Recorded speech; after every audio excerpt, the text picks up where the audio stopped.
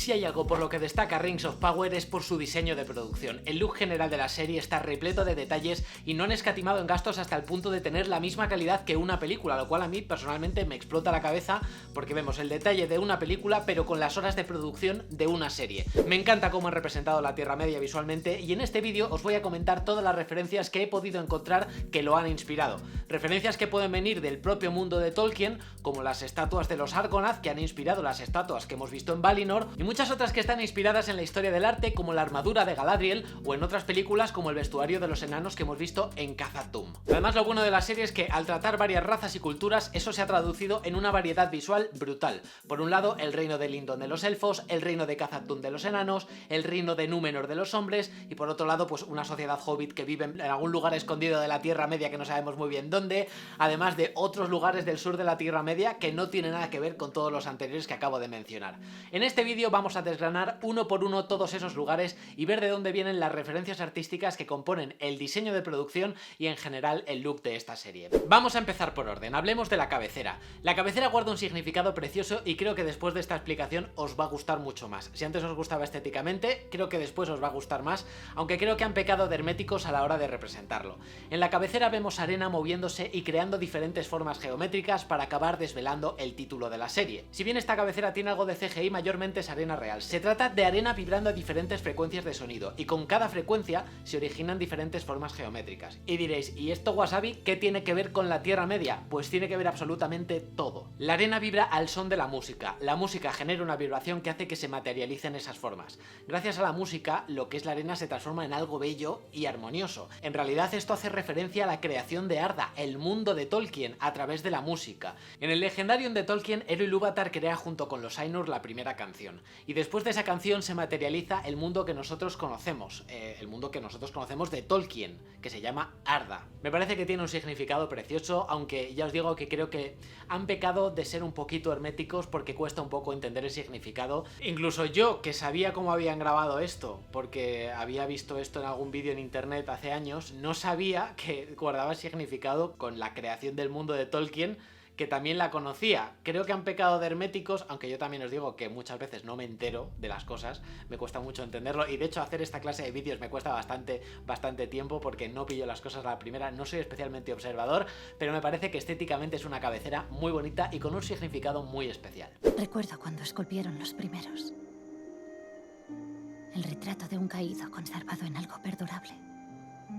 Supongo que una parte de mí siempre creyó que reposaría aquí. Y ahora vamos a pasar a analizar los elfos. En general el diseño de los elfos es muy estilizado, tiene muchos motivos arbóreos por todos lados. Ciudades como Lindon, por ejemplo, están directamente inspiradas en el diseño de Rivendell de las películas, se puede ver, es como una evolución, ¿no? Este diseño recuerda mucho a la arquitectura de Art Nouveau, al modernismo, muchos elementos decorativos, elementos vegetales, formas orgánicas. Hay edificios de Art Nouveau que son una clara inspiración para este estilo élfico y que dirías, es que si un elfo viviera en un piso en una ciudad, viviría en este piso.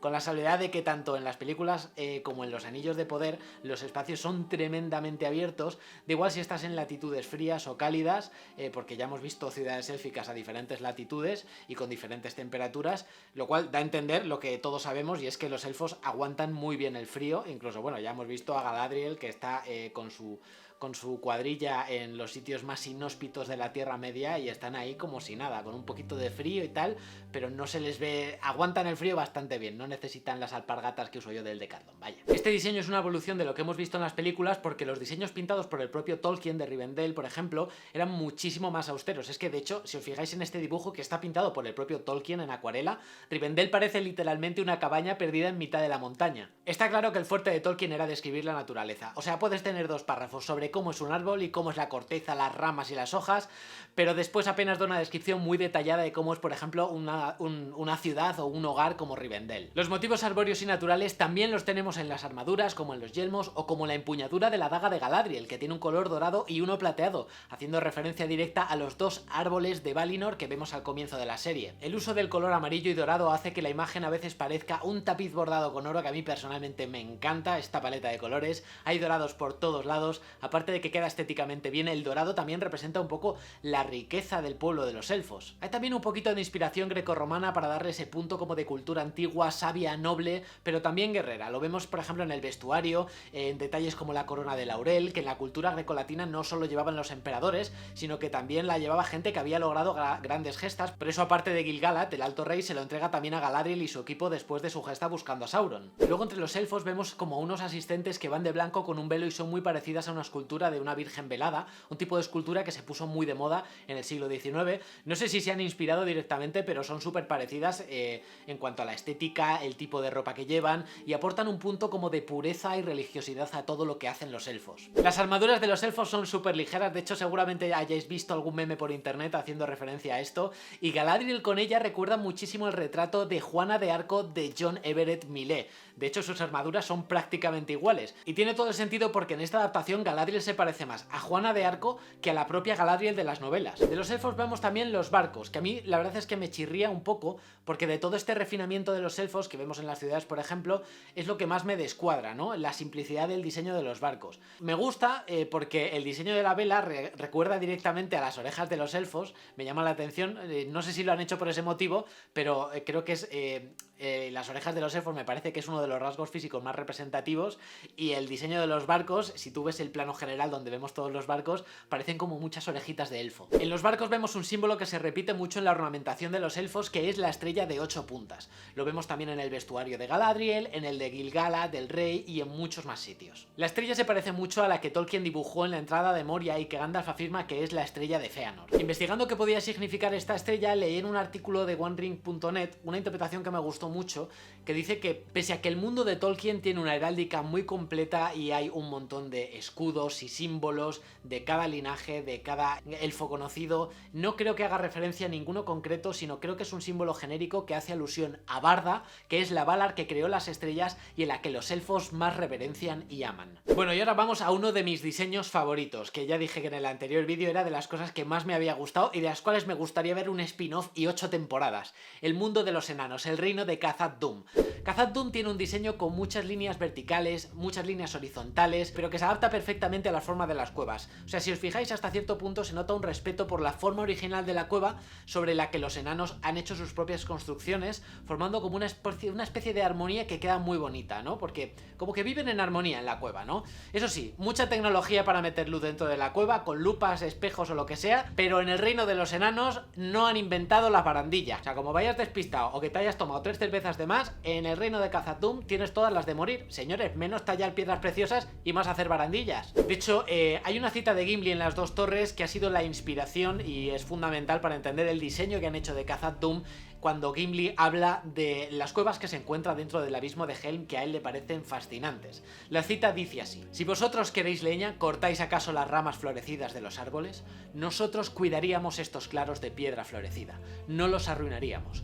Con arte y delicadeza, a pequeños golpes, nada más que una astilla de piedra tal vez en toda una ansiosa jornada. Ese sería nuestro trabajo y con el correr de los años abriríamos nuevos caminos y descubriríamos salas lejanas que aún están oscuras y que vemos apenas como un vacío más allá de las fisuras de la roca. Esta cita es fundamental para entender este reino porque refleja lo que vemos en pantalla, y el diseñador de producción le dio la clave para interpretar que estos salones monumentales llenos de columnas que vemos en Moria posiblemente son posteriores a la creación del anillo, cuando los enanos se volvieron más codiciosos y quizás perdieron un poco esa sensibilidad a hora de excavar la roca que deja tan claro Gimli que utilizan los enanos. Si se les canta como es debido, te cuentan su historia, te muestran lo que podría estar oculto, dónde extraer, dónde perforar y dónde dejar la montaña intacta. Y para reforzar este mensaje de sensibilidad a la hora de tocar la montaña, añaden la tradición de hacer resonar las cámaras donde van a acabar, porque en esta adaptación han querido darles un aire más refinado y respetuoso al mundo de los enanos,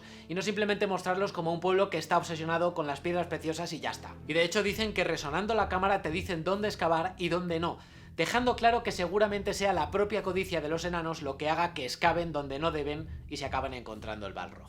En esta misma cita, Gimli sigue diciendo: y luces, Legolas, crearíamos luces, lámparas como las que resplandecían antaño en Khazad-dûm, y entonces podríamos, según nuestros deseos, alejar a la noche que mora allí desde que se edificaron las montañas, o volverla a hacer a la hora del reposo. Y se han tomado en serio esta cita porque en los planos de introducción del reino vemos puntos de luz por todos lados, reflejando un poco como ese recuerdo que tiene Gimli o esa referencia que hace Gimli del reino de Khazad-dûm. Para resaltar la diferencia de escala entre Elrond y Durin, hay sets que se hicieron en diferentes escalas, como hizo Peter Jackson en su momento, una grande para los enanos y un set pequeño para los humanos y elfos. Y además la entrada de casa de Durin tiene un diseño con muchas líneas verticales para dar esa sensación de aplastamiento y un lugar y mostrarnos que es un lugar que realmente es muy pequeño para un elfo. Para estas escenas en las que hay mucha interacción entre Elrond y Durin y debe reflejar una relación que pasa por un mal momento y por lo tanto es bastante dramático, optaron por no hacer nada en pantalla verde, sino que pudieran estar los dos actores juntos, aprendiendo un poco de la experiencia, bueno, de que todos los actores en general se quejan de grabar en pantalla verde porque lo consideran muy frío,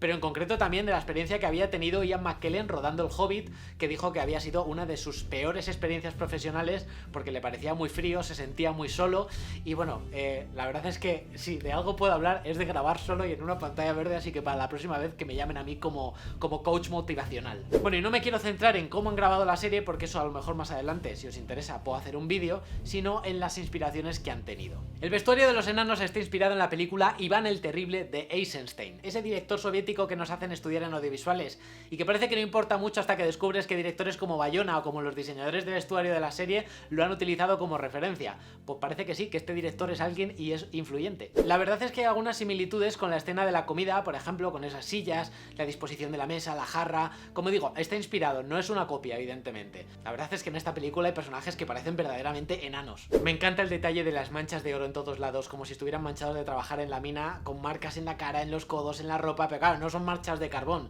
son manchas de oro porque el reino de Khazad-dûm maneja lana. Y luego el propio carácter de este pueblo, en cuya versión original veréis que habla con acento escocés, pretendiendo darles un toque más norteño, más rudo, más fuerte, más resistente, y que, pues, de alguna manera en el doblaje al español, por ejemplo, se pierde totalmente. Este diseño de producción es uno de mis favoritos, me encanta, quiero ver más del mundo de los enanos. Siempre me llama la atención que las entradas del mundo del reino de los enanos, tanto en las películas como en lo que hemos visto en esta serie, no tienen absolutamente ningún camino. O sea, a lo mejor sí lo vimos en El Hobbit porque hay una ciudad a las afueras, pero siempre como que nos da a entender que los enanos viven dentro de la cueva y no salen para absolutamente nada.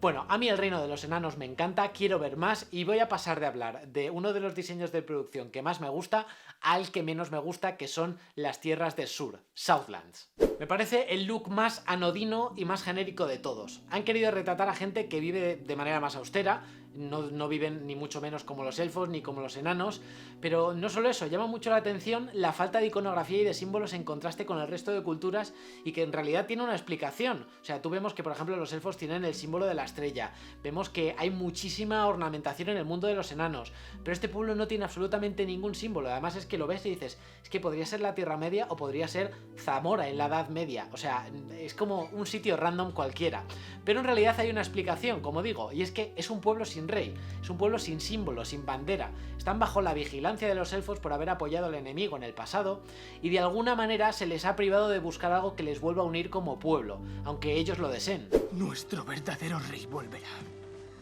y nos liberará de la represión de vuestras puntiagudas botas. El único objeto que se sale un poco fuera de lo normal que hemos visto de los humanos es la espada que encuentra Theo, que tiene inspiración en Nangla, la espada que forjó el elfo oscuro Eol de los restos de un meteorito y que más tarde fue reforjada como Gurthang. Esta espada está directamente inspirada en Gurthang y parece que tiene las mismas características, en el sentido de que es una espada mágica negra que parece como sentiente, que parece que escucha o siente de alguna manera a la persona que lo porta y que además parece beber sangre. En contraste con la falta de iconografía que tienen los humanos están los elfos de esta zona de la Tierra Media, de Southlands, que tienen un gran símbolo en su armadura. Estos elfos mantienen la inspiración arbórea y referencias a la naturaleza, pero esta vez con menos lujo de lo que hemos visto en Lindon. Ya en el escudo de madera vemos una gran cara, a falta de que los showrunners digan lo que es, no se ha dado realmente una explicación clara de lo que representa, pero es una cara que recuerda mucho al símbolo del hombre verde, una representación que se puede puede encontrar en la cultura pagana, en la cultura cristiana, en muchas épocas diferentes. La poca arquitectura élfica que vemos mantiene las mismas formas orgánicas, pero sin ningún tipo de lujo y de manera mucho más austera. Realmente lo más llamativo de la Tierra Media que hemos visto no son ni el reino de los hombres ni el reino de los elfos, son los orcos. Rip the whole stinking tree down! Me gusta mucho el diseño de producción de los orcos y creo que tiene mucho sentido dentro del mundo de Tolkien, porque realmente los orcos y los elfos son extremos opuestos que se tocan y en el diseño de producción también es así. En los orcos también vemos una conexión con la naturaleza, pero con una naturaleza muerta. Los propios trajes están hechos de piel de animal, algún casco también vemos herramientas hechas de huesos, en contrapunto con la naturaleza viva y llena de color de los elfos. Claro, estamos viendo que son dos cosas completamente distintas, pero que tienen un mismo origen de alguna manera, porque esta naturaleza de los orcos está podrida y la imagen no tiene absolutamente ningún color. Y no solo tiene significado estético, sino que dentro de la historia tiene sentido que tengan una tecnología tan rústica. Pensad que, por ejemplo, en El Señor de los Anillos, los orcos llevaban muchísimos años bajo el yugo de Sauron, estaban muy organizados, y aquí se nota que tienen menos recursos porque seguramente sencillamente habrán empleado todos sus recursos durante los años pasados de esta serie en simplemente sobrevivir. Vemos que tienen unas herramientas súper viejas, no tienen ningún uniforme realmente, cada uno va de su padre y de su madre porque visten con lo que habrán podido saquear por ahí o lo que hayan podido robar, ya sea un casco de un soldado o la armadura incluso de un elfo, y no habrá sido hasta la llegada de su jefe, Adar, que hayan empezado a organizarse realmente. Bueno, y llegados a este punto tenemos que hacer mención especial al Wargo. Vamos a ver, ¿qué han hecho con el Wargo? Es muy diferente del que hemos visto en las anteriores adaptaciones y su diseño está inspirado clarísimamente en una hiena. A mí este diseño no me gusta porque tiene como unos ojos de como dibujo animado Disney. Creo que lo deberían haber hecho un poquito más terrorífico, pero yo creo que si coges los ojos y los haces más pequeños y hundidos como en las anteriores adaptaciones, sí que sería muy terrorífico porque todo lo demás es bastante como monstruoso, ¿no? Y ahora voy a hablar de otro diseño que me encanta, los hobbits pelosos. Nos lo representan como una nación sin tierra, nómadas que viajan en carromatos. Es una cultura muy rústica y como tal está muy asociada a la naturaleza porque prácticamente dependen de ella.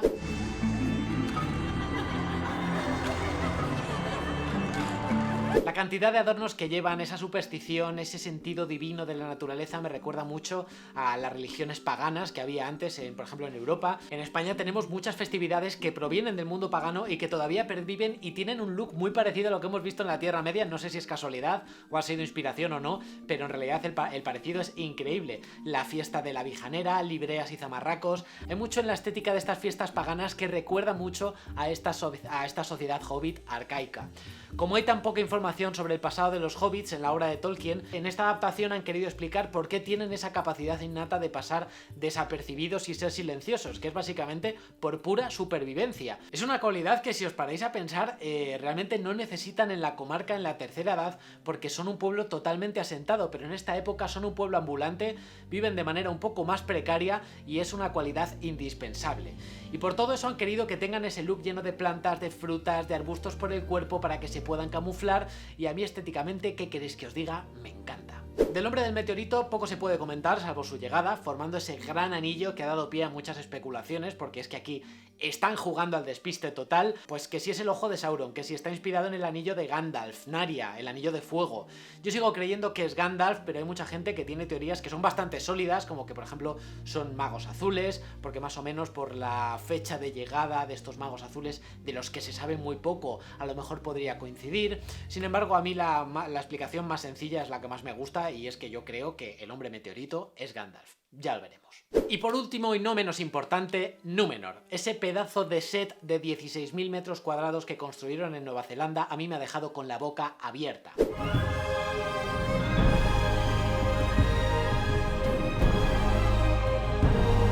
Númenor es Gondor pero con esteroides, y en una zona además más cálida de la Tierra Media, del mundo de Tolkien. Es un reino humano muy avanzado con muchísimos años de historia que además tiene diferentes influencias culturales que de hecho vemos en el propio diseño y que ahora os voy a explicar. Los edificios más antiguos son de estilo más élfico, porque antes tenían más influencia y tenían más contacto con el pueblo de los elfos.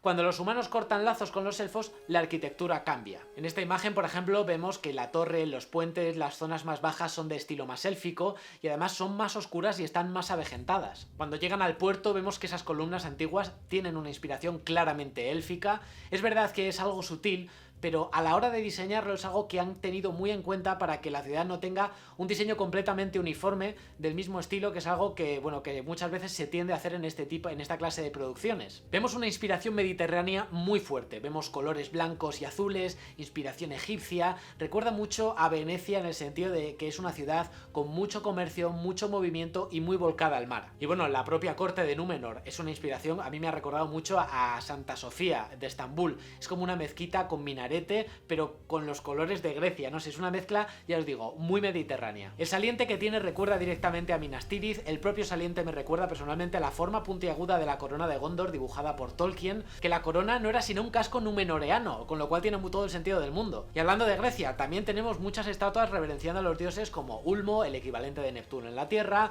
a Uinen, también la vemos en otra estatua, también los vemos representados en el vestuario de Elendil, por ejemplo, también hay estatuas que recuerdan muchísimo, por ejemplo, a Atlas, y también hay estatuas que referencian a los propios Argonath, lo cual tiene todo el sentido del mundo, porque las estatuas de los Argonath son dos numenoreanos. Por otro lado, arquitectónicamente, Númenor es un lugar cálido. Ramsey Avery, el director de producción, quiso plantear edificios que tuvieran un sistema de ventilación para que corra el aire, con entradas abiertas y ventanas en la parte superior por donde puede salir el aire caliente. Como veis aquí, no dan puntadas sin hilo. Y respecto a tecnología, vemos que los barcos de los numenoreanos son incluso más avanzados y más complejos que los de los elfos, que simplemente tenían velas triangulares y el barco en sí era bastante básico. Son muy diferentes, de hecho Ramsey Avery se inspiró en la corona de Gondor para hacer las formas de las velas, por eso tiene dos velas formando dos alas, como la corona de Gondor, aunque para mi gusto ha quedado confuso porque han querido ponerle otro símbolo que está en absolutamente todos lados, que es el símbolo del sol. El símbolo del sol está en las velas, está en los edificios, lo vemos en absolutamente todos lados, en las armaduras, incluso en la propia corona de la reina regente hay rayos de sol. El símbolo original de Númenor es el árbol blanco, que de hecho vemos en el tercer capítulo, pero igual que con los elfos han creado un nuevo símbolo que es el sol.